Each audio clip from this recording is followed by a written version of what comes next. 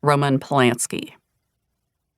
It all began for me in the rainy spring of 2014, when I found myself locked in a lonely, imaginary, battle with an appalling genius. I was researching Roman Polanski for a book I was writing, and I found myself awed by his monstrousness. It was monumental, like the Grand Canyon, huge and void-like and slightly incomprehensible. On March 10th, 1977, I recite these details from memory. Roman Polanski brought Samantha Gailey to his friend Jack Nicholson's house in the Hollywood Hills.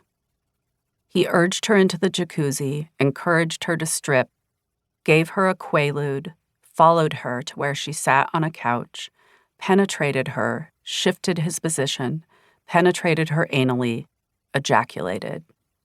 All of these details piled up, but I was left with a simple fact: anal rape of a 13-year-old. And yet, despite my knowledge of Polanski's crime, I was still able to consume his work, eager to.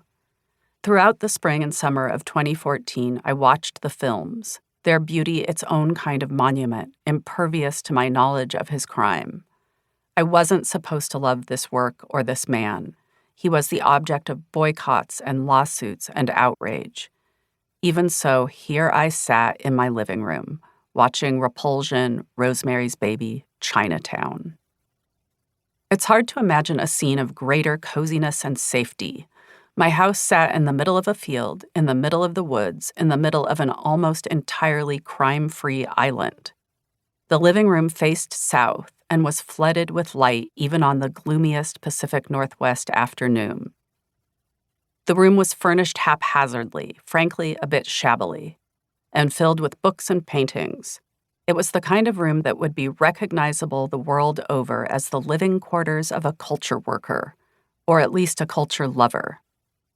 It was a room that suggested, all those books, that human problems could be solved by the application of careful thought and considered ethics. It was a humanist room. I mean, if you were in a certain mood, you could call it a room descended from the Enlightenment. That's a lot for a room to signify, especially when the bookshelves are from IKEA. But it was clear to see, in this room, everything could be cured by thinking. That was my mental framework as I settled in to watch the films of Roman Polanski. Really, to solve the problem of Roman Polanski, the problem of loving someone who had done such a terrible thing. I wanted to be a virtuous consumer, a demonstrably good feminist, but at the same time, I also wanted to be a citizen of the world of art, a person who was the opposite of a Philistine.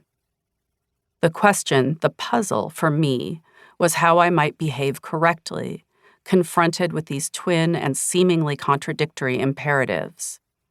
I felt pretty sure the problem was solvable. I just needed to think harder. I made it through the early films, starting with Knife in the Water, made when he was barely out of art school. I had first seen it as a college student and felt terrified and confused by it, so pretty and so scary. It still felt that way. From there, I went on to The Tenant, Repulsion, Rosemary's Baby, Chinatown, all films I had seen many times. I expected them to be radically altered by my deeper knowledge of Polanski's crimes, but that's not exactly what happened. The knowledge just sort of hovered there. Drawn in by the great films from the 1960s and 70s, I watched the newer movies too. The Ghostwriter, a film that seemed to have gone unseen by everyone except film buffs. In it, Ewan McGregor ghostwrites the life story of tycoon Pierce Brosnan and, get this, not all is as it seems. The film ought to be a formulaic thriller, but in Polanski's hands it becomes something weirder and better. In fact, it opens with a shot that made me feel confused and dumb in the face of its very goodness. What made the shot so magnificent, so magisterial? It is, after all, a simple image, a lone car in the open mouth of the deck of a ferry. But it's filled with menace. Writing now, I can see the scene in my mind's eye and feel its furious, implacable beauty.